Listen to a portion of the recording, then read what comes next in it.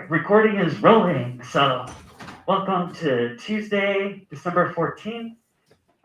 Continue this midterm review. Now, detail I want to tell you guys is all my classes on midterm day are going to have third lunch. Here's the midterm schedule. So you guys know that a couple of days from now on Thursday is your very first exam. This is 7th period. I'm not going to be here on Thursday because of jury duty, so you have half-hour classes. Otherwise, probably tell us to just give you guys time to study. Friday is going to be periods 1 and 6. Monday is periods 2 and 5. Tuesday is periods 3 and 4. And that'll take us to Christmas break. So check with your teachers, make sure you know what lunch is going on. On mine, check is going to have a third lunch. So there you go. All right, so today I've got a whole packet of questions ready to go for you guys. And also, of course, we're going to do these conceptual questions. I'll pick them up from where we left off yesterday. So let's start with some of these problems. This one right here. I've got a ball dropped from rest, falls down this cliff. Oh, hey, look at the height of that cliff. It's 125 meters. What is the speed of the ball crashing into the valley below? Can I solve that? Yeah, who knows? Yeah, how fast? Yeah, 50 meters per second. Right, you guys see that? So, Vinicius, how'd you get 50 meters per second?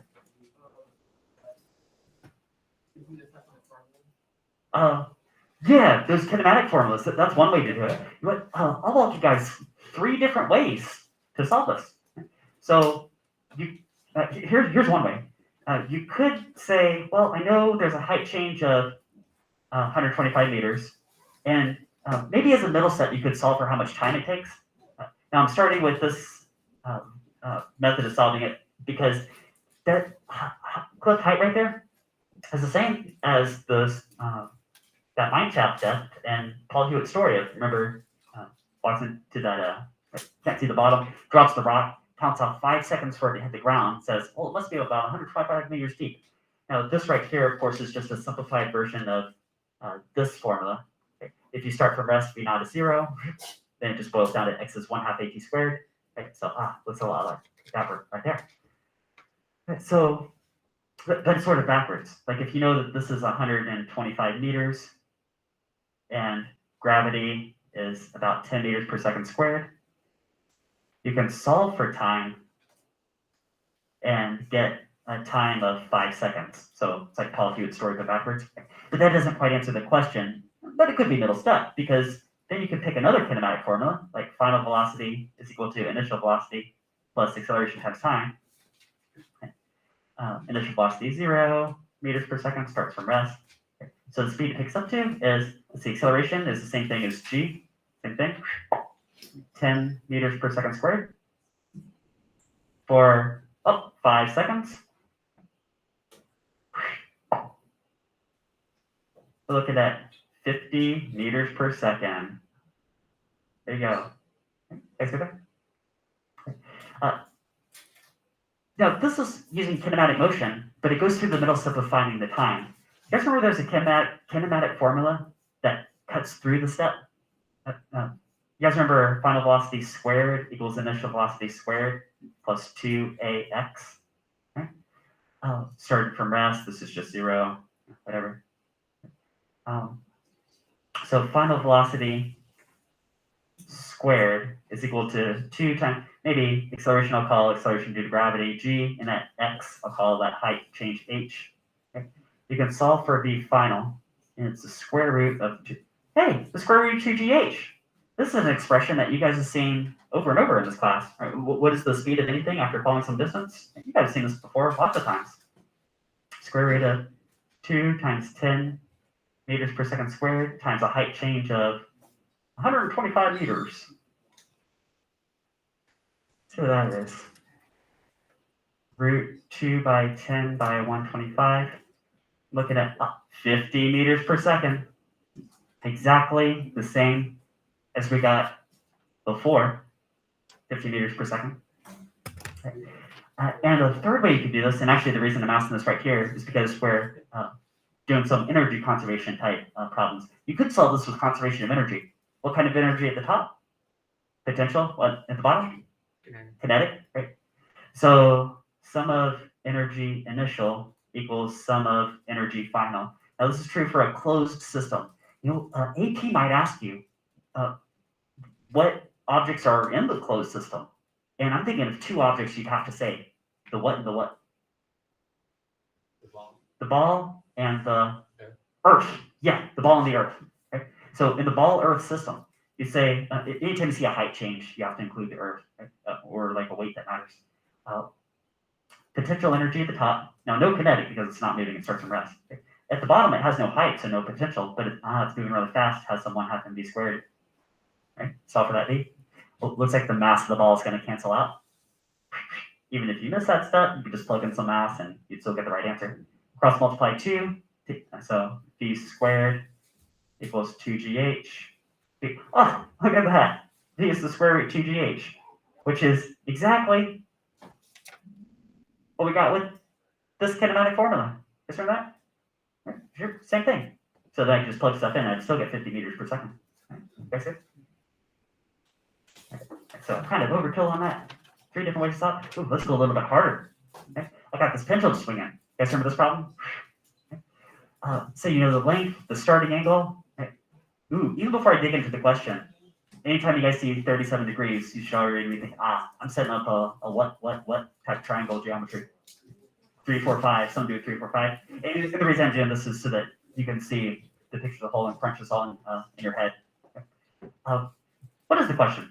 I have 2 questions, and one is related to the other. So first question, what is the speed of this guy at the bottom? How fast? Right, so it starts from rest, goes, how fast is he swinging at the bottom? Right. And the way you solve this is with conservation of energy. What kind of energy right here? Potential, because he has like some height change that he can fall. But at the bottom, he's at the lowest point. All the potential's gone, but he's moving, so he has kinetic. Hey, what I was just writing on this paper a minute ago is also the answer to this question, isn't it? Right? So he starts with potential here, ends up with kinetic here. We're still solving for V. I mean, the work was like half done. Look at that. Okay. All right, so his mass is going to cancel out. I know what G is, 10 meters per second squared. Oh, height change. Okay. Well, that we've got to get. But I bet some of you guys already see what this height change is. Does anybody know before I start setting you guys through this? Okay. Oh, yep. You guys hear I read? He's saying 1 meter. How'd you know it was 1 meter? Because that side is 4. Yeah, exactly. Hey, this goes back to that 3, 4, 5 triangle geometry, right? Isn't this from here to here 4 meters, right? Or 5 meters times cosine of 37 degrees, or in general, L times cosine of theta, right? Okay, so if this is 4, and the whole length was 5, because here's 5 meters, that's still 5 meters. 5 minus 4 is 1. Okay? So we could just plug 1 in here. Okay? Now, if you want to make this more general, V equals the square root of 2gh. I'll go 2g, but instead of h, I could say L minus L cosine theta. Is that okay? L cosine theta? I'm doing L minus L cosine theta. Or you can even factor out an L, make it L times 1 minus cosine theta. Right, something like that. Right, but let's just figure this out. 2 times 10 meters per second squared times all this bracketed stuff came out to 1 meter. Because I already told you guys that. So let's see what this is. What's the square root of 2 by 10 by 1? I'm looking at 4.47 meters per second. Okay. So that's that answer. That's how fast this guy's swinging at the bottom. Okay. That would be a really good AP style question too. I've got a follow-up question. In this scenario, what is the tension in I said rope, vine, whatever I'm calling it. What is the tension as he's swinging at the bottom? Okay. Now, a good thing to be able to, a good skill to be able to get out of a class like this is to say, well, I'm going to play around with variables. What if I turn variables up, down, on, off, something like that? Let's suppose that he's not in motion. What if he's just hanging there at rest? What is it? I see what his mass is. His mass is 60 kilograms. What is his weight in newtons? 600 newtons. Right? So what would be the tension in that case to hold him at rest if he's just hanging there? Wouldn't it also be 600 newtons? Okay, so it'd be 600 down, 600 up, right? And then, okay, something like that. Right? But that's not what's going on here. What's actually going on is that he's in motion, he's swinging, right? Which means he's changing his direction. There must be a net force on it, maybe some kind of net centripetal force. And if that's true, then is the tension going to be more than or less than 600 newtons? What makes sense? It's got to be what? Huh. How about this? If he's swinging in a circle, which way does centripetal force point? Towards which way? Towards the center of the circle? Okay. So there should be a net force upward. And his weight's not changing. So I bet the tension has to be really big to overcome his weight so he has a net force upward. Right? That would act as the centripetal force. Right? Let's think about that. Let's do a free body diagram on this guy right at that low point. Right? Free body diagram. I'm thinking two forces. You have his weight pulling down, call it mg. Okay? And there's a tension force pulling up. And I'm going to make that greater than mg, call it t. Okay? So AP accepts either t or f sub t. See how I made the tension greater than the weight? Tension is greater than the weight. Right? If you were to draw a free body diagram like that could be a good FRQ. Possibly, they might say like a point for each one and a point for making the tension more than the weight. Like that. Okay. So I'm thinking that the net force is the tension minus the weight. Right? And wouldn't that be acting as the centripetal force? Remember, centripetal force is always provided by one of your classic forces. In this case, the difference between the tension and the weight. It's going to be a net force there. Do you guys remember a formula for centripetal force? You guys remember the Play-Doh canisters lab? You're swinging some Play-Doh canisters around, and you guys derived m of the swinging canister times its instantaneous speed squared divided by the radius of curvature, mv squared over r. That's centripetal force. Okay. That's equal to the difference between the tension pulling up, which we're solving for, and the weight pulling down. Okay. Let me rearrange this in terms of variables. The tension we're solving for, therefore, is equal to the weight plus the centripetal effect. If you rearrange it, think of it that way. Oh, okay, so if he's not in motion, if v is 0, the tension just would be equal to the weight. And if he is in motion, then the tension is more than the weight. See how it's all come together? Let's plug in stuff. Tension is, this is a mass of 60 kilograms. Gravity field 10 meters per second squared. Plus, I've got 60 kilograms again, times V. Oh, I remember what V was. We did all this conservation of energy to get that. 4.47 meters per second.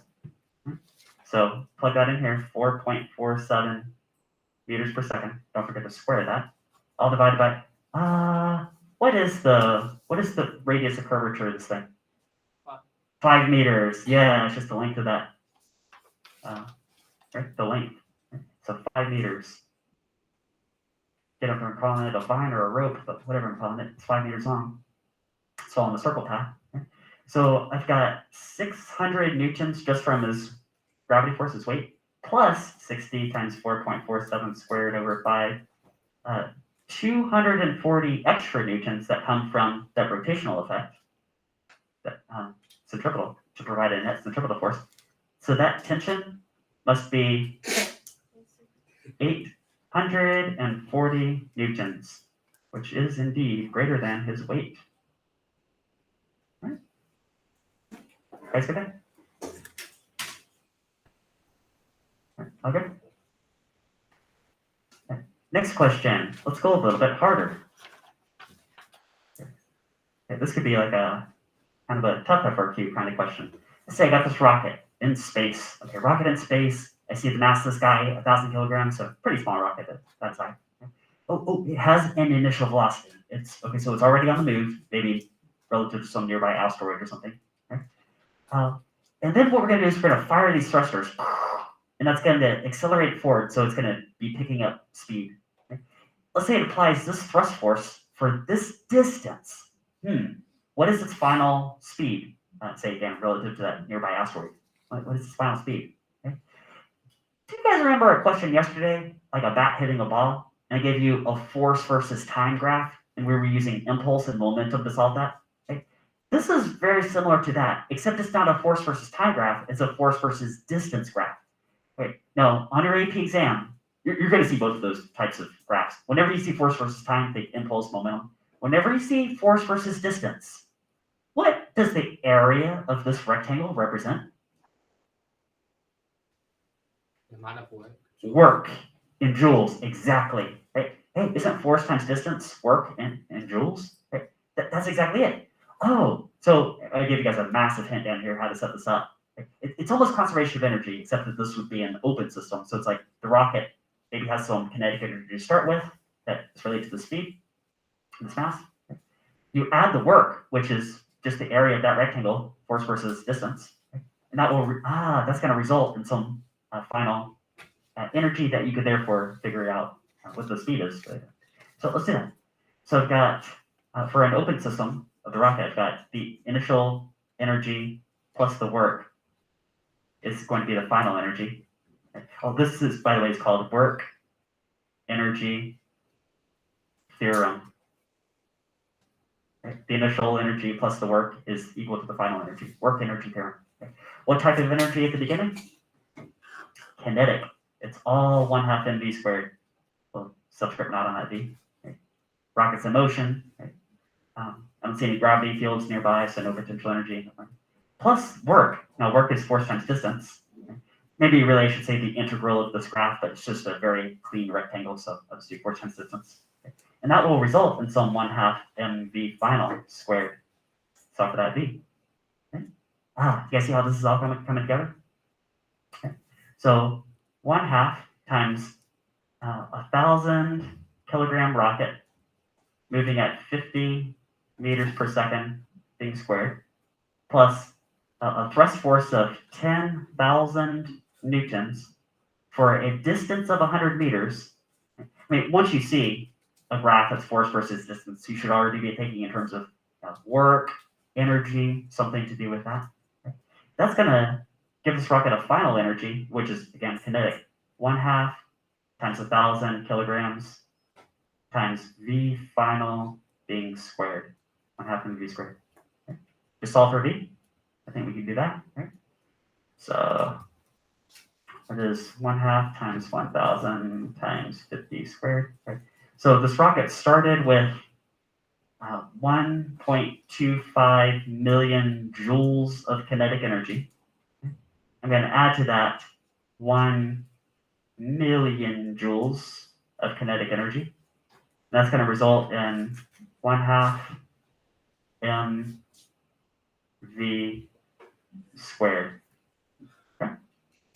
So 2.25 million joules of kinetic energy.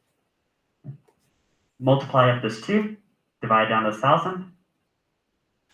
Okay, so VF squared is 4,500, and this works out to be meters squared per second squared.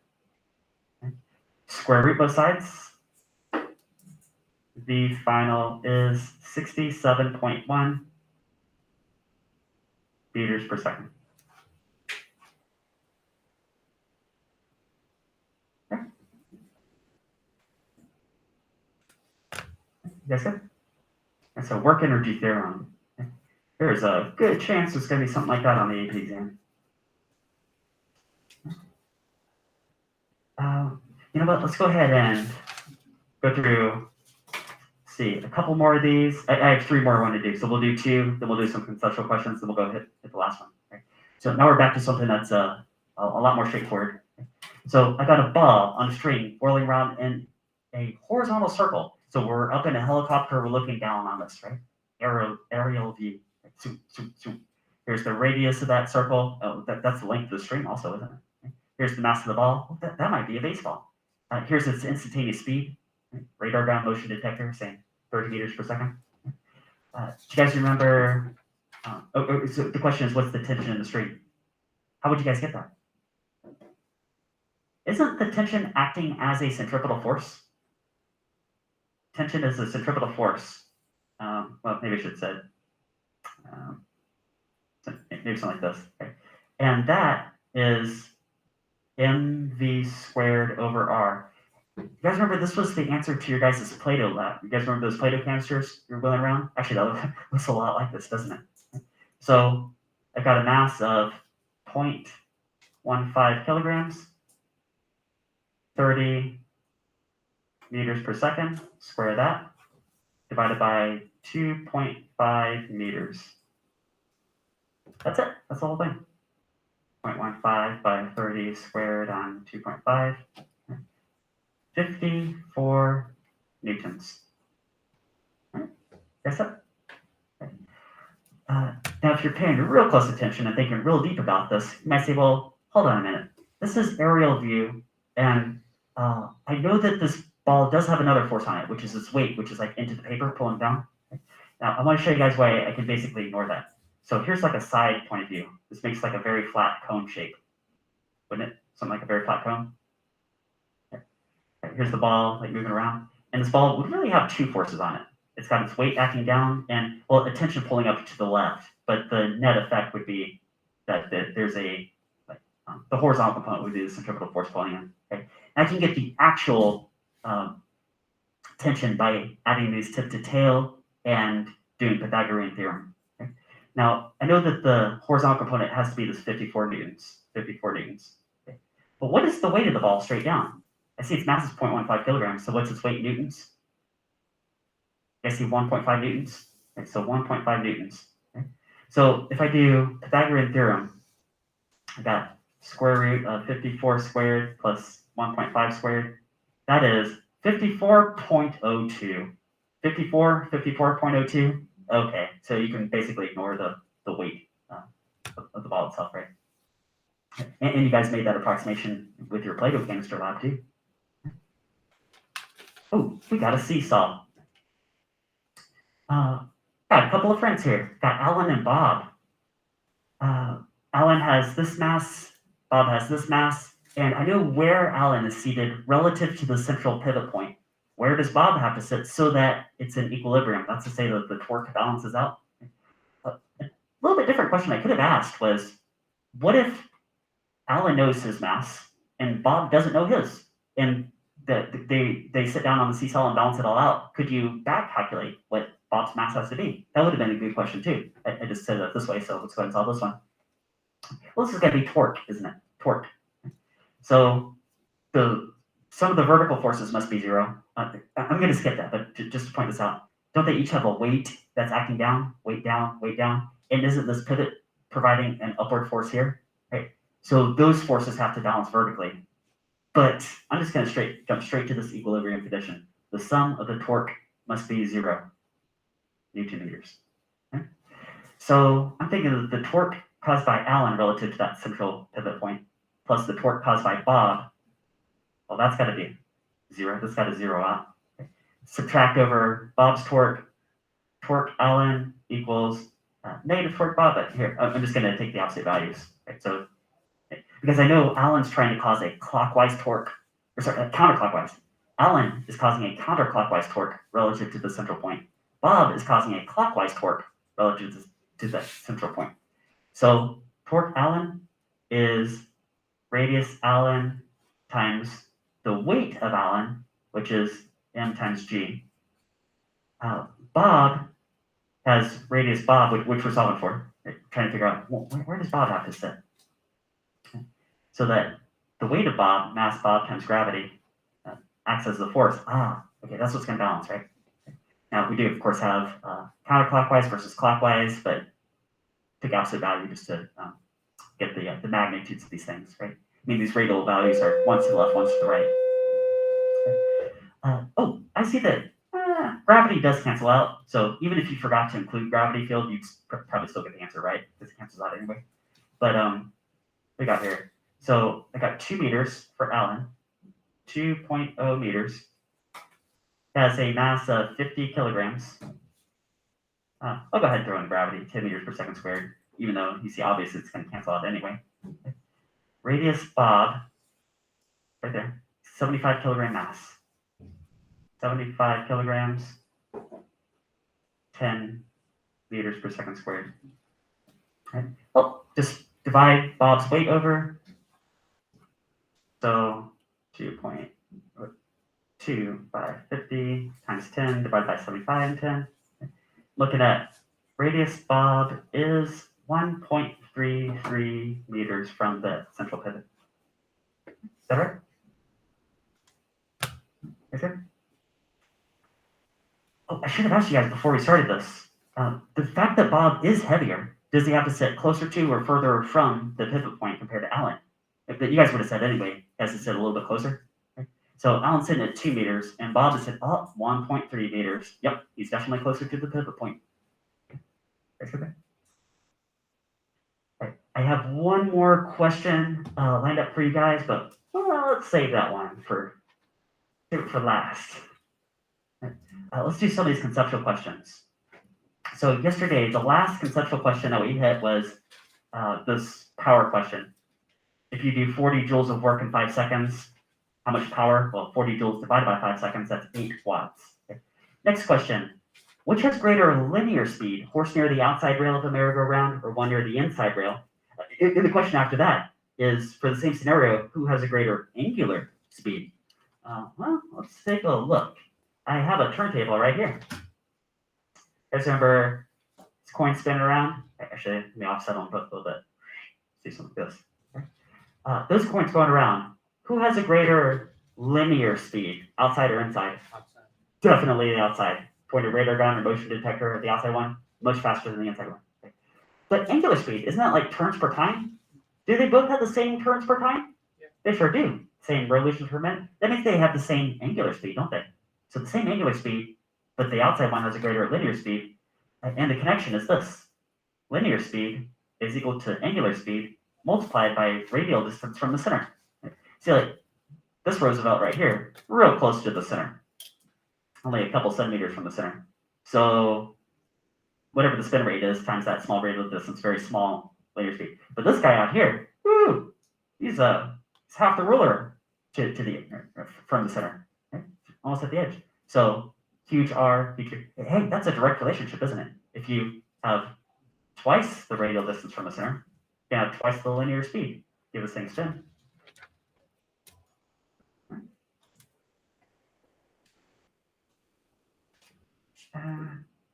If you whirl a tin can on the end of a string and the string suddenly breaks, the can will, so orbital path, tin can, string. Okay. Here's the instantaneous velocity of that can. Here's the string, which also provides a tension like a centripetal force. Okay. What if, okay, here goes the can, zoom, zoom, zoom, zoom. What if you cut the string right there, cut the string? Does the can make a random 90-degree turn and fly straight away? No. It's like, it flies tangent to that circular orbit, tangent to that circular path. Okay. That's also Newton's first law of motion. Centrifugal forces, and notice that's in quotation marks, centrifugal forces are an apparent reality to someone that is in a rotating, give away the answer. In a reference frame that is what? Rotating. Right? Rotating frame of reference. Right? If you're in a rotating frame of reference, you think there's something throwing you out, but then from an inertial frame of reference, outside looking in, you say, there's nothing pushing you out. Like this this can on a string. See, if you're like along for the ride with the can, you think there's something pushing you out, but there isn't. From our inertial frame of reference, there's only a tension force pulling you in, acting as centripetal force. And then there's inertia and the whole story. And AP always wants you to solve from an inertial frame of reference. A car travels in a circle with a constant speed. Hey, travel in a circle with a constant speed? That could also be the story, couldn't it? This could be a constant speed. Maybe the speedometer is constant 30 miles per hour, just 30 miles an hour. Now, does constant speed necessarily mean constant velocity? No, because if you got the steering wheel turned, right, you're changing your direction, which means you need a centripetal force. There is a net force. Right? The net force on the car is pointed which way? Which way is the net force? Towards the center of the circle. Towards the center of the circle. Okay? Centripetal force always pulls you into the center of the circle.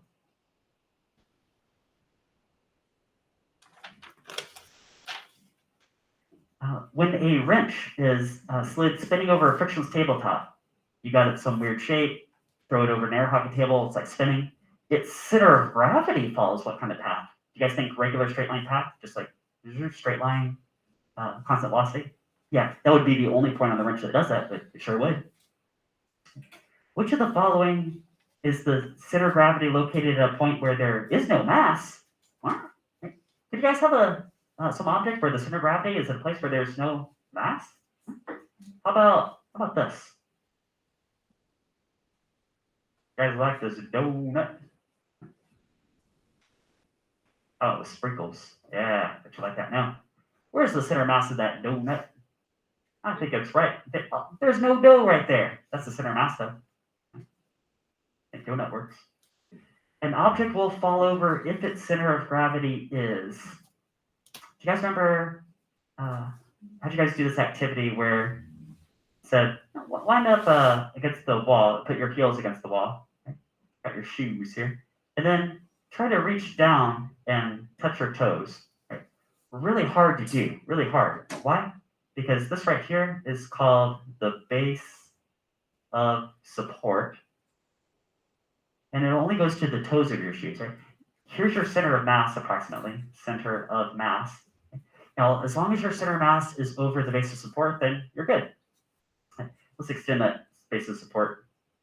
Here's a dashed line, turn like the left limit of that. Right? Once the center of mass leaves that base of support, suppose you lean down and it goes like out here, well, you're done because it's going to be a torque, you're going to fall over. Be unstable. An object thrown into the air will, with a spin, rotates about its center of gravity, center of mass, center of gravity. Okay. A picture hangs on a wall from a wire passed over a supporting nail.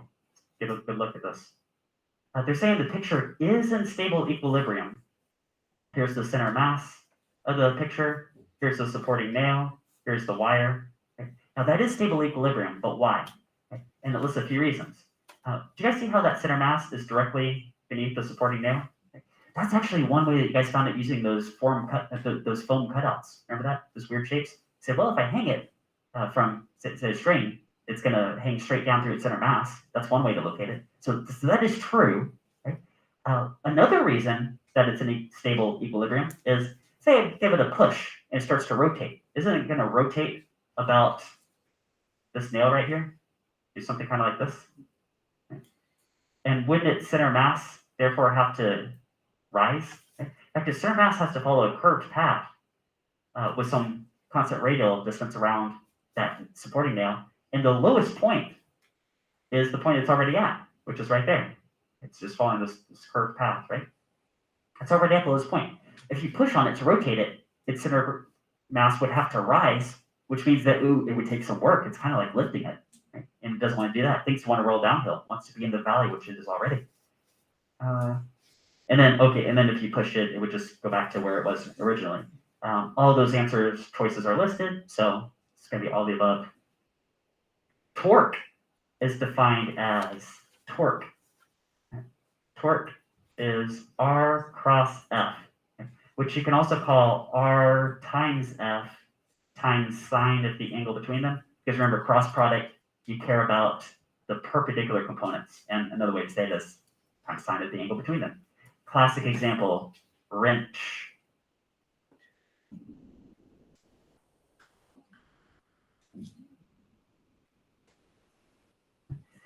Suppose you got a nut right here, and it's real stubborn. Maybe it's been rusted over since the 1940s. Like, I gotta loosen this.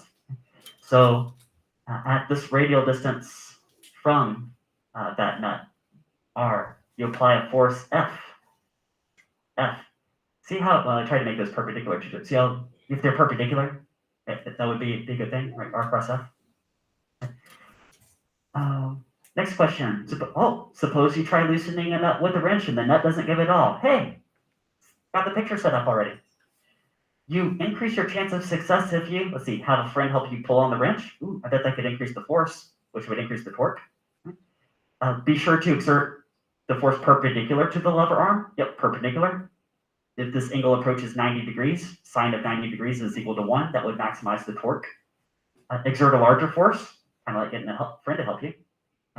Extend the lever arm. Hey, what if you had a PVC pipe and you wrapped it around the handle and then you started pushing a force way out here? You could like effectively double that radius. That would also double the torque, wouldn't it? Right? So yeah, those are all good answers. Okay. The resistance to that an object has to change in its rotational state of motion is called rotational what? Yes. Inertia, rotational inertia. One of the examples that I told you guys for this, remember I passed around a couple of meter sticks, meter stick, and they had some weights taped on them. One of them had weights taped pretty close to the center. One of them had weights taped way far out. And on the surface, they had same mass, same weight, just different locations. But see, when you grab them at the center and start to rotate these, they felt totally different. Try to rotate this thing. One of these very easy to rotate, one of these very hard. How about this top picture? Very easy or very hard? Easy. Very easy. You can do this all day. It has almost no rotational inertia. This bottom one, it's like, a lot of resistance to change its rotational state of motion, a lot of rotational inertia. Rotational inertia for a single point is mr squared. And we've got this mass times this radial size squared. And then in general, you just add up points. So if you have multiple points or a bunch of points. Suppose a huge rotating cloud of particles in space gravitates together to form a dense ball. As the cloud shrinks in size, it rotates how? Faster or slower? Hey, how about a very similar question? Ice skater. You guys remember like an ice skater spinning? When they pull their arms and they spin how? Faster, right? Oh, I bet this is the same principle right here. We draw the cloud of particles. The principle here is called conservation of angular momentum. So suppose you had this big old cloud of particles in space rotating about this axis, so omega. And if you sum up mr squared, say every single dust particle times radial size squared, radial distance from this axis rotation, that'd be a huge I value, Right? But when these gravitate together, then the I value decreases, say same axis rotation here, I'll go omega final compared to omega initial. There's some very tiny I value, so initial, final. So this was conservation of angular momentum. Angular momentum initial equals angular momentum final. It's a vector quantity, by the way. And that's I times omega. Initial, final. Okay. You guys remember that? I'm going to make up some crazy numbers. What if you had like 10 units times 10 units, whatever these units are, okay? And then I like shrinks to half, so you got like 5 units. What is omega equal to balance that equation? You guys see 20? Right? 10 times 10 is 100, 5 times 20 is also 100. Right? Or if you cut your I value in half, you have to double your omega to compensate. Yeah, so like spin twice as fast. Okay? Conservation of angular momentum. A ring and a disk roll down a hill together, which reaches the bottom first. Ooh. Got ourselves a race.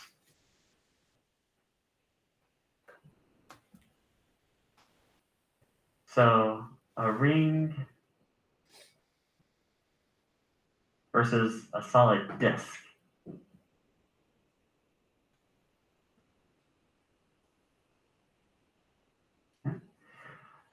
So I remember that the ring has a rotational inertia of pure mr squared. Okay? Every single point is equidistant radius r from the center. Add them all up. That's the aggregate effect. But for the solid cylinder, also its mass was distributed closer to the inside, and the aggregate effect was 1/2 mr squared. Okay? So the disk has less rotational inertia. The solid cylinder, this disk, it's easier to get to start rotating in the first place. That solid disk is going to win the race. You see that? Here's the solid disk. Quick down to the bottom. Here's the ring. It takes forever for that ring to get going. The disk is like, the ring is like, right? Center. If you want to know the exact speeds at the bottom, you could solve that with conservation of energy would be a good method.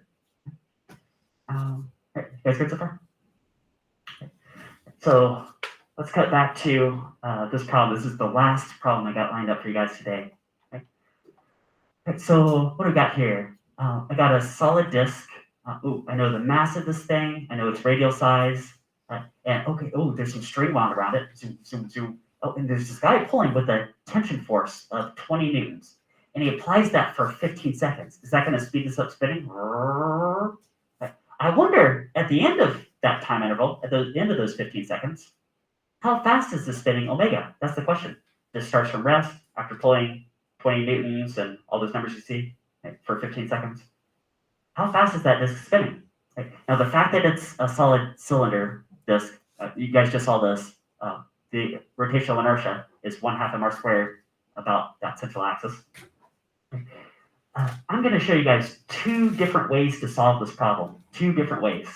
Right? Guys ready? One method, I'll tell you what they are before I start. Right? One method is going to go through angular impulse, which is like a mindset using momentum, right? But it's going to be angular because it's rotating. Right?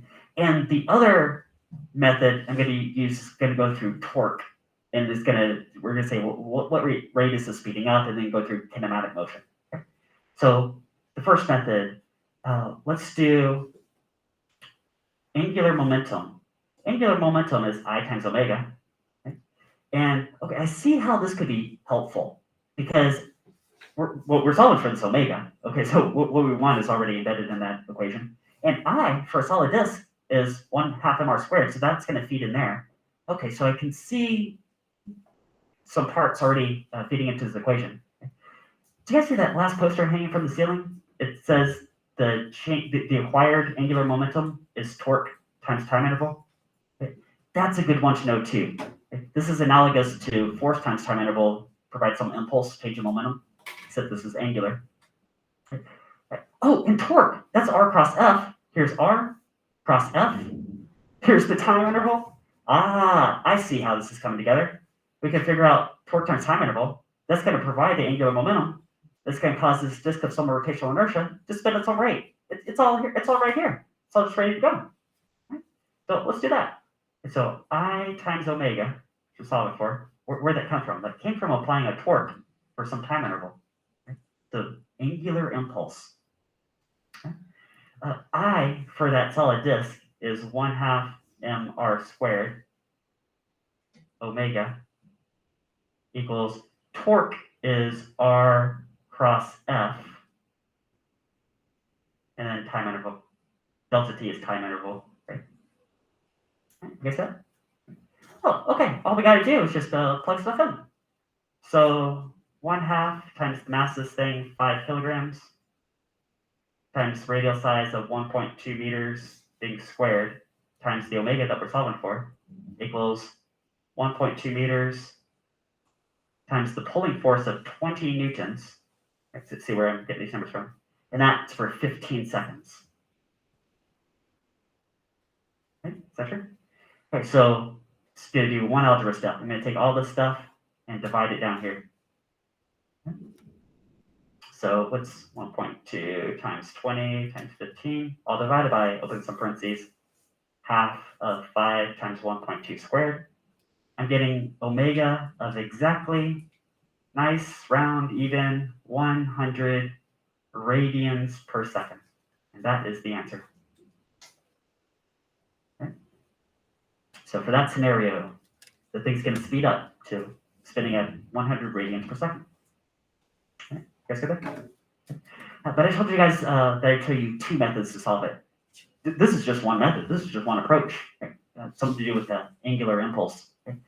But what if you had a different thought process? What if you said, well, I see applying a torque, R cross F, well, that's going to make the speed up at some rate. Maybe that would be called alpha, angular acceleration, which you notice I completely bypassed here. I don't say anything about the rate that it's speeding up. But you could go that way. You guys remember how F equals ma, force equals mass times acceleration? The rotational equivalent is torque equals I times alpha. Right? Apply a torque to some rotational inertia, it's going to cause it to speed up spinning at some rate. That torque is R cross F. That rotational inertia is your 1/2 mr squared since it's a solid disk. And that alpha, well, we're going to solve for that alpha, and that's not going to be exactly the answer, but it's going to be a good middle step. And so this is going to be like a two-step process. Right? And we're on the first step here. Okay. I've got radial size of, what's that, 1.2 meters, 1.2 meters, force of 20 newtons equals 1/2 the mass of the disk was 5 kilograms, about 1.2 meters again. Don't forget to square that one times alpha. Okay. So alpha equals, right, all I'm going to do is take this stuff and divide by this stuff. So what's 1.2 times 20, all divided by, open some parentheses, half of 5 of 1.2 squared. Okay. I've got an alpha of 6.67 radians per second squared. Okay. Again, that's not the answer yet. That's the rate that it's speeding up spinning by applying that particular torque, right? This force at this radial distance. You know what number I haven't touched yet with this method is the 15 seconds. Okay? That's what I'm about to bring in now. See, this was all step one. Okay? Step two is to say, well, if I know the rate that it's speeding up spinning and I know the time, that sounds very kinematic, doesn't it? You guys remember final omega is equal to initial omega plus alpha times t? Okay. Starts from rest. This is just 0, whatever, all good. The rate that it speeds up spinning to, or sorry, the final angular velocity is alpha, 6.67 radians per second squared. And this is just this right here, times the time interval of 15 seconds. And that is this number times 15. Oh, it's 100 radians per second, which is exactly what we got before. Same thing. Guys get it? All right, so 2 different methods. We got this method, we got this method. Do the same thing. All right, guys, you all right? All right, here's what, yeah. Let me check real fast. You guys don't have the VTV news. If not, I'll do a few more conceptual questions with you guys. No, okay, yeah. Let's do a few more. I'll just finish out this page right here. Okay. So Newton had the should say maybe original insight to see that what the moon is moving. Well, everybody knew that before Newton. That the moon orbits the Earth. Again, everybody knew that. Jump down to this one. The moon always keeps one side toward the Earth. Now that is a true statement. That's called tidal locking, but everybody also knew that. But how about this one right here? The force on the moon has the same nature as the force on a falling apple. Yeah. So that's what Newton figured out that nobody before him figured out. Newton reasoned that the gravitational attraction between the Earth and the moon must be, reduced by distance, independent of distance, directly proportional to distance, the same at all distances. Something to do with force versus distance, right? Let's sketch this out. So you got the Earth here.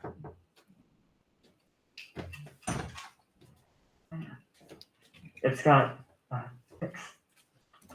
some mass m. You got the moon over here with some mass little m, separated by some center to center distance. Call this r. And, well, there's going to be some gravity force between these two. That's the exact same force both ways because of Newton's third law of motion. That's why it has to be the same force. Okay? And that force is equal to universal gravity constant, 6.67 times 10 to the minus 11, bunch of units, times each of the masses multiplied together, divided by the distance between them squared. You guys remember inverse square law?